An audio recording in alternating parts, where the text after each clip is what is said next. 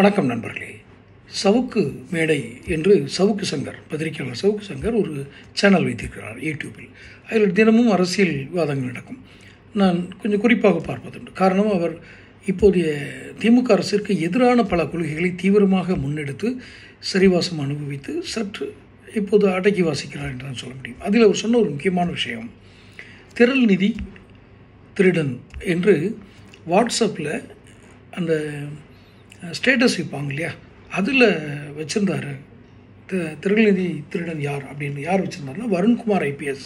என்கிட்ட ஸ்க்ரீன்ஷாட்டே இருக்குது அப்படின்னு சொல்லி அவர் அந்த நேற்று, அதாவது இன்றைக்கி தேதி 2 மார்ச் 2025, நான் சொல்கிறது 1 மார்ச் 2025 நடைபெற்ற அந்த ப்ராட்காஸ்டிங்கில் அவருடைய சேனல் சவுக்கு மேடையில் அது சொல்கிறார். வருண்குமாருக்கும் சீமானுக்கும் இடையே சில வம்பு வழக்குகள் எல்லாம் ஓடிக்கொண்டிருக்கிறது. அது ஒரு பக்கம். அது தனிப்பட்ட முறையில் வருண்குமார் மீது தவறா சீமான் மீது தவறா என்று நாம் கேட்டுவிட முடியாது. அதனால் சில கேள்விகளுக்கு நமக்கு பதில் இல்லை. என அவர் நம்ம பஞ்சாபில் நடந்த ஒரு ஐபிஎஸ் மாநாட்டில் இந்த வருண்குமார் ஐபிஎஸ் யாருக்கும் சீமானுக்கும் ஒரு வழக்கு நீதிமன்றத்தில் பதிவு இருக்கோ, அவர் இப்போ பதிவாச்சா இல்லை அதுக்கு முன்னாடியே நடந்தது தெரியாது. ஆனால் அந்த மாநாட்டில் சொல்கிறார், ஐபிஎஸ் மாநாட்டில், தமிழ்நாட்டில் தடை செய்யப்பட வேண்டிய இயக்கங்கள் நிறைய இருக்குது, தேசிய விரோதத்தை கடைபிடிக்கிறது, அவர்களெல்லாம் தடை செய்யப்பட வேண்டியவர்கள், அவர்களை குறித்து நாம் எச்சரிக்கையாக இருக்க வேண்டும், அவர்களிடமிருந்து அவர்களை தடை செய்தால் நமக்கு நல்லது, இல்லை என்றால் அது இன்னும் பல பாதுகாப்பு சிக்கல்களை ஏற்படுத்தும் என்று பேசுகிறார். யாரை குறிப்பிட்டு பேசுகிறார் என்றால் சீமானை குறிப்பிட்டு. அவர் தேசிய இறையாண்மைக்கு எதிராக குரல் விடுக்கிறார். எல்லாரும் திரளுங்கள், தமிழ் தேசியம், இதெல்லாம் அதுக்கு எதிரானவர்கள் என்று அவர் குறிப்பிடுகிறார். இவ்வாறு ஒரு ஐபிஎஸ் மாநாட்டில் ஒரு ஐபிஎஸ் ஆஃபீஸர் இப்படி பேசுகிறது சரியா அப்படிங்கிறது ஒரு பக்கம். இன்னொரு பக்கம் திரள் நிதி திருடன் என்று கூறுகிறார். இந்த திரள் நிதி திருடன் என்றால் என்ன? முதலில் அதை நாம் தெரிந்து கொள்வோம். அதன் பிறகு இது யாருக்கு பொருந்துகிறது என்பது நமக்கு புரிய வரும். திரள் நிதி, இதிலேயே ஒரு பொருள் இருக்கிறது, திரட்டப்பட்ட நிதி, அதான் திரண்டு வந்தது, அதான் திரள் நிதி. எல்லோரிடமும் திரட்டப்பட்டது. அது ஒரு குறிப்பிட்ட இண்டஸ்ட்ரியல்ஸாக இருக்கலாம், அல்லது ஒரு குறிப்பிட்ட இன மக்களாக இருக்கலாம், அல்லது ஒரு ஜாதி சங்கம், எதுவாக இருந்தாலும் இருக்கலாம். அவங்க கொஞ்சம் பேர்கிட்ட பணத்தை வாங்கி திரட்டி கொடுக்கறது. ஒரே ஒரு நபர் கொடுப்பது திரள் நிதி அல்ல, திரட்டி கொடுப்பது. அப்படி திரள் நிதி யாருக்கெல்லாம் இது வரைக்கும் வந்திருக்கும் அப்படின்னு பார்த்தா, இது கம்யூனிஸ்டுகளுக்கு வரும் திரள் நிதி. திரள் நிதினா அவங்க உண்டியல் ஏந்தி பொது இடங்களில் கொஞ்சம் இது கேட்பாங்க, பணம் கேட்பாங்க. அப்போ அதில் நீங்கள் கொடுக்குறது தான் திரள். கம்யூனிஸ்ட் மேலே ஒரு நம்பிக்கை, கம்யூனிஸ்ட் எப்படி செயல்படுதுங்கிறது மேலே இருக்கிற ஒரு அபிமானம், இதில் கொடுப்பாங்க. இது திரள் நிதி. இதில் அவங்க முறைகேடு பண்ணணும் அப்படின்னா ரொம்ப சின்னதாக இருக்கும், ஆனால் அவங்க பண்ணவும் மாட்டாங்க பொதுவாக. அது நம்ம கேள்விப்பட்ட வரைக்கும். இப்போ இருக்கிறது கொஞ்சம் கார்ப்பரேட் லெவல் ஆகிடுச்சு. இப்போ போய் யாரும் உண்டியலேந்தி கேட்குறது இல்லை. ஏன்னா உண்டியல்ன்ற கான்செப்டே கோயிலே இல்லை. நீங்கள் ஸ்கேன் பண்ணுங்கள், கிரெடிட் கார்டில் பேமெண்ட்டு கோயிலில் கொடுக்கலான்ற அளவுக்கு வந்தாச்சு. இப்போ போய் கம்ப்யூட்டர் காலங்களில் போய் இந்த நவீன தொழில்நுட்ப காலங்களில் போய் காங்கிரஸ் கட்சி மன்னிக்கணும், கம்யூனிஸ்ட் இந்த மாதிரி செய்ய மாட்டாங்க. அடுத்து திரள் நிதி கிடைத்தது யாருக்கு என்றால் திமுகவிற்கு. அவர்கள் ஏதேனும் ஒரு திருமண நிகழ்விற்கோ அல்லது ஏதோ ஒரு பொதுக்கூட்டத்திற்கோ வர என்றால் திரள் நிதி வைத்து தான் அவர்கள், அங்கே இருக்கும் சிறு வியாபாரிகள், அந்த குறிப்பிட்ட இடத்தில் கடை நடத்துபவர்கள், தொழில் நடத்துகிற பெரிய நிறுவனங்கள் என்ற ஆளுக்கு ஏற்ற மாதிரி கொஞ்சம் பணத்தை எடுத்து சேகரித்து தான் நடத்துவோம். அதான் திரள் நிதி. அப்போது இப்போ கடைசியாக சீமான் மீது இந்த குற்றம் வருகிறது. மற்றவர்கள் செய்யும் பொழுது திரள் நிதியாக வருவதில் குற்றம் ஏதும் வரவில்லை. அவர்கள் நிதி திரட்டுகிறார்கள், அவர்கள் கட்சிக்கு உபயோகப்படுத்துகிறார்கள் என்ற அளவில் நின்றுவிட்டது. இவர் ஏன் திரள் நிதி திருடன் என்று அழைக்கப்படுகிறார்? யார்? சீமான். இவர் திரட்டும் நிதி என்பது ஒரு இனம் சார்ந்த மக்களிடமிருந்து நிதி திரட்டுவதாக ஒரு கருத்து நிலவுகிறது. இனம் சார்ந்தனா என்ன? இவர் அடிக்கடி குறிப்பிடுற தமிழ் ஈழம். இந்த தமிழ் ஈழம் வளர்வதற்காக வெளி நாடுகளில் வசிக்கக்கூடிய, குறிப்பாக இங்கிலாந்து, ஆஸ்திரேலியா, கனடா போன்ற நாடுகளில் தஞ்சம் புகுந்த நாடுகள், இவர்களெல்லாம் அங்கே போய் தஞ்சம் புகுந்து கிட்டத்தட்ட அங்கே ஒரு அரசியல் நிர்ணயம் பண்ணுற அளவுக்கு சில இடங்களில் ஒரே இடத்துல இருக்கிறவங்க அங்கே ஒரு அரசியல் இம்பேக்ட், அரசியல் தாக்கங்களே ஏற்படுத்துவாங்க. அவங்களுடைய வாக்குகள் தேவைப்படுது. ஈவன் அமெரிக்காவில் கூட இந்திய வம்சாவளின்னு போடுவாங்க, ஆனால் தமிழர்கள் நிறைய இருப்பாங்க. அதே மற்ற மாநிலத்தில் இருப்பாங்க. ஆனால் இந்த திருநிதி சீமானுக்கு வர்றதுக்கு வந்து என்னென்னா, தொடர்ந்து தங்களுடைய தேசம் தங்களுக்கானதாக மாற வேண்டும் என்று நினைக்கிற ஈழத்தமிழர்கள், அவர்கள் ஏற்கனவே அங்கே போய் செட்டில் ஆனவங்க, செட்டில் ஆகி கொஞ்சம் பண வசதியோடு இருப்பாங்க. அவங்க திறன் கொடுக்குறாங்க. அந்த நிதியை வச்சு இவர் அதெல்லாம் பண்ணிடுவேன், இதை பண்ணிடுவேன் நிறைய சொல்லியிருக்கணும். அதாவது இதெல்லாம் யூகங்கள். அதை வச்சு தான் அவங்க நிறைய கொடுத்துருக்காங்க. கோடிக்கணக்கில் அந்த பணங்கள் வந்திருக்கு. அதை வைத்து அவர் என்ன சொல்லுகிறார் என்பதை விட என்ன செய்கிறார் என்பதை உற்று கவனிக்கும் பொழுது பெரிய நன்மை இல்லை என்ற ஒரு மனப்போக்கு நிலவுவதாக பொதுவான கருத்து. இது நானே நேரடியாக சில பத்திரிகையாளரிடம் கேட்டு, அதுவும் இலங்கை தமிழ் பத்திரிகையாளரிடம் கேட்டிருக்கிறேன். அவர்கள் சொன்ன வார்த்தைகள் ஆஃப் த ரெக்கார்டு. உடனே நீங்கள் ஆதாரத்தை கொடுங்க, ஃபைலை கொடுங்க, பேசினேன் அதெல்லாம் ஏற்றுக்க முடியாதுங்க. இல்லை நீங்கள் வந்து குரல் ஒலி கொடுங்க, அவங்க பாசையில் சுத்தமான தமிழில் சொல்லுவாங்க, அதாவது வாய்ஸ் ரெக்கார்டர் அந்த கொடுங்க அப்படின்லாம் கேட்பாங்க. இது வந்து எப்படின்னா, திரள் நிதி என்பதே ஒரு மறைமுகமாக தான் திரட்டப்படுகிறது. எங்கேயுமே திரள் நிதி வந்து வெளிப்படுத்தப்படுறது இல்லை. அது கம்யூனிஸ்ட் காலத்தில் ஒன்றியில் இந்த திரட்டிய நிதி வரைக்கும் எங்கேயுமே வெளிப்படையாக இந்த இடத்தில் இவ்வளோ பேர் கொடுத்தாங்கன்னு சொல்ல முடியாது. ஆனால் அவர்களுக்கு ஒரு நோக்கம் அரசியல் செய்வது. அது வளர்ந்த கட்சி, தன்னை வளர்த்து கொண்டிருக்கும் கட்சி, அதிக கேள்விகள் இல்லாது நிறைய கூட்டங்கள் நடத்துவார்கள், பேசுவார்கள், தலைவர்கள், இரண்டாம் கட்ட தலைவர்கள் என்றால் நேரம் இருப்பார்கள்.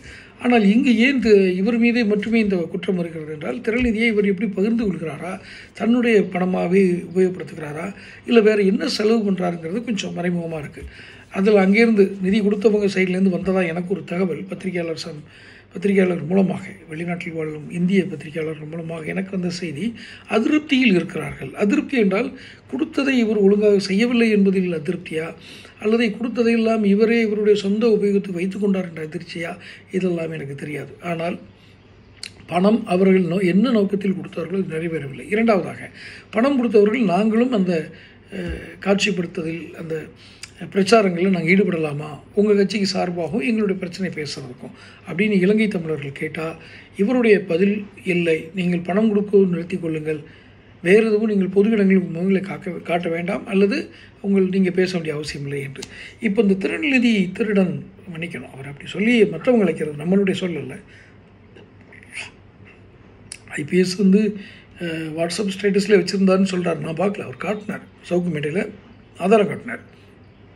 சரி, இவர் இப்போது ஏற்கனவே ஒரு பெண் வழக்கில் இவரை வந்து குற்றச்சாட்டி ஒரு லெவலில் நிற்கிது. அதில் இவருடைய தடுமாற்றம் இருக்குது. முதல்ல இவங்க யாருன்னே தெரியாது. அப்புறம் வந்து நான் மாதம் இதை கொடுத்தேன், 50,000 கொடுத்தேன். ஏன் கொடுத்தேன், அது கேட்குறாங்க, உதவி செய்யுங்கப்பான்னு கொடுத்தேன். ஏற்கனவே உதவி கேட்டு வந்தவங்க திரும்ப ஏதோ பணம் கேட்குறாப்பா, முடிஞ்சால் உதவி பண்ணுங்கன்னா அவங்க கொடுத்துருக்கலாம், அப்புறம் முடியலைன்னு நிறுத்திக்கலாம், அது எனக்கு தெரியாது அப்படின்னு தான் அவர் சொல்கிறார். ஆனால் அந்த அம்மா வந்து கத்துறது, அதோடு நிறுத்தி தான் பரவாயில்ல, ஒரு பாலியல் தொழில் செய்வர்களை போய் என்னோட சம்மந்தப்படுத்துகிறேன்றார். இது ஒரு தலைவர் பேசக்கூடாத பேச்சு. உண்மையிலேயே ஒரு பெண் பாலியல் தொழிலாளியா இல்லையா என்பது வேறு. அது அந்த பெண் ஒழுக்கம் சார்ந்து, அந்த பெண் மனம் சார்ந்தது.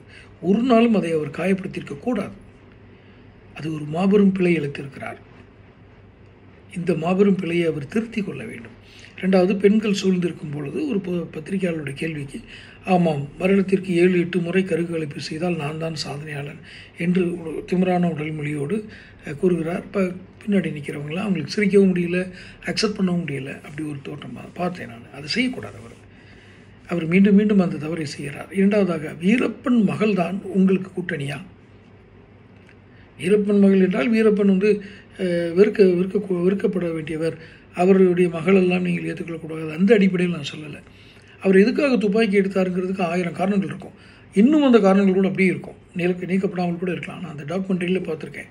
வீரப்பனை கொன்று விட்டீர்கள், ஆனால் வீரப்பன் உருவாவதற்கான காரணங்கள் இந்த காட்டில் அப்படியே இருக்கிறதுன்னு சொன்னாங்க. உண்மைதான், அதெல்லாம் மாற்றுக்கருத்து இல்லை.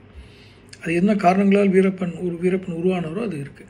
ஆனால் அந்த வீரப்பனுடைய மகள் சொல்கிறார், என் தந்தையின் காலத்தோடு இந்த துப்பாக்கி எடுக்கும் பழக்கம் போய்விட்டது. கொஞ்சம் தெளிவாக தான் பேசுகிறார். நானும் என் தங்கை, என் அம்மா எல்லோரும் எத்தனை பாடுபட்டோம், எத்தனை விமர்சனங்களுக்கு உள்ளானோம், எப்படியெல்லாம் தவித்தோம் என்பது எங்களுக்கு தெரியும். அதனால் இனி நாங்கள் அந்த பாதையில் செல்ல மாட்டோம் அப்படின்ட்டு வேகமாக அந்த போலீஸோட இப்போ தடிச்சிட்டு போகிறதெல்லாம் பார்த்தாங்க. நான் கேட்குறேன், வீரப்பனுடைய குழந்தைகள், ஐயா மேதகு பிரபாகரனுடைய குழந்தைகள், இவர்களை பற்றி பேசி நீங்கள் தமிழ்நாட்டில் என்ன அரசியல் செய்கிறீர்கள்? வீரப்பன் குடும்பமாவது இங்கே தான் இருக்குது. இனிமேல் போய் வீரப்பனை நல்லவராக காட்ட வேண்டும் என்ற அவசியம் யாருக்கு இருக்கிறது? அவர் நல்லவர் என்றே வைத்துக்கொள்வோம். அந்த ஒரு பொண்ணு சொல்லுது ரைட், அது அவங்க அப்பா அவங்க அது விட்டு கொடுக்காது, அப்படி தான் சொல்லும். எங்கள் அப்பா வந்து மக்களுக்கு நல்லது செஞ்சார், ஆனால் துப்பாக்கி தூக்குன்னு தப்பு. That's one thing. ஏதாவது ஒன்று தான் நம்ம நிலைப்பாடு எடுக்க முடியும்.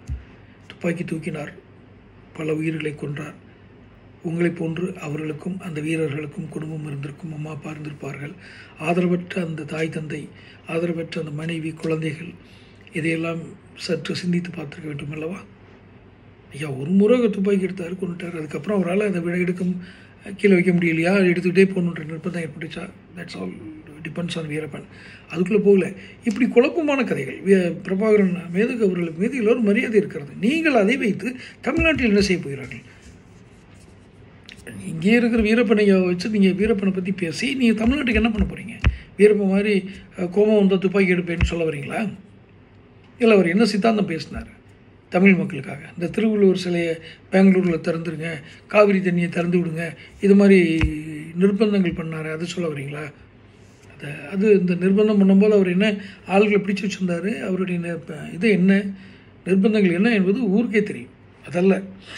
ஸோ இப்போ நம்ம தலைப்பு ஒட்டி வரணும் அப்படின்னா அது ஒரு கிட்டத்தட்ட ஒரு 9-10 நிமிஷத்துக்கு அப்புறம் நான் வேறு சப்ஜெக்ட் தான் பேசியிருக்கேன். ஏன் அவர் பிரபாகரனையும் வீரப்பனையும் தனது தலைவர்களாக கொண்டிருக்கிறார் என்பதை தான் பேசியிருக்கிறேன். நல்லது, அதெல்லாம் ஒரு பிரச்சனை அல்ல, அது அவர் பார்த்துக்கொள்ளட்டும்.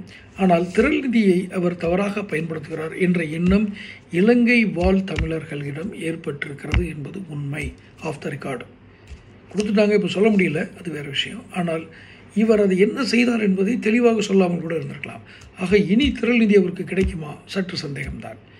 இனி அவருடைய நிதியே இல்லாமல் கட்சியை நடத்துவது என்பது அவருடைய பாடு. அவர் நம்பிக்கையோடு பேசுகிறாரு, 234 தொகுதியில் நான் நிற்பேன்றாரு. ஓகே, இனி அவருக்கு திரள் நிதி கிடைக்குமா? சந்தேகம். காரணம், பத்திரிகையாளர் மூலமாக திரள் நிதி அளிப்பவர்கள் கிடைக்கிற தகவலும் அவர்கள் உணர்ந்ததும் வெவ்வேறாக இருக்கிறது. ரைட். ஸோ அடுத்த கட்டம் அவங்க அப்படி தான் வரப்போகிறாங்க. அதை குறித்து நாம் தொடர்ந்து இதை குறித்த பதிவுகளை வெளியிடுவோம். சேனல் சப்ஸ்கிரைப் பண்ணிக்கங்க, நோட்டிஃபிகேஷன் பில் பதிவு பண்ணுங்கள். அப்போ தான் என்னோடய பதிவுகள் உங்களுக்கு வந்து சேரும். அடுத்தடுத்த வீடியோக்களை சந்திப்போம். நன்றி, வணக்கம்.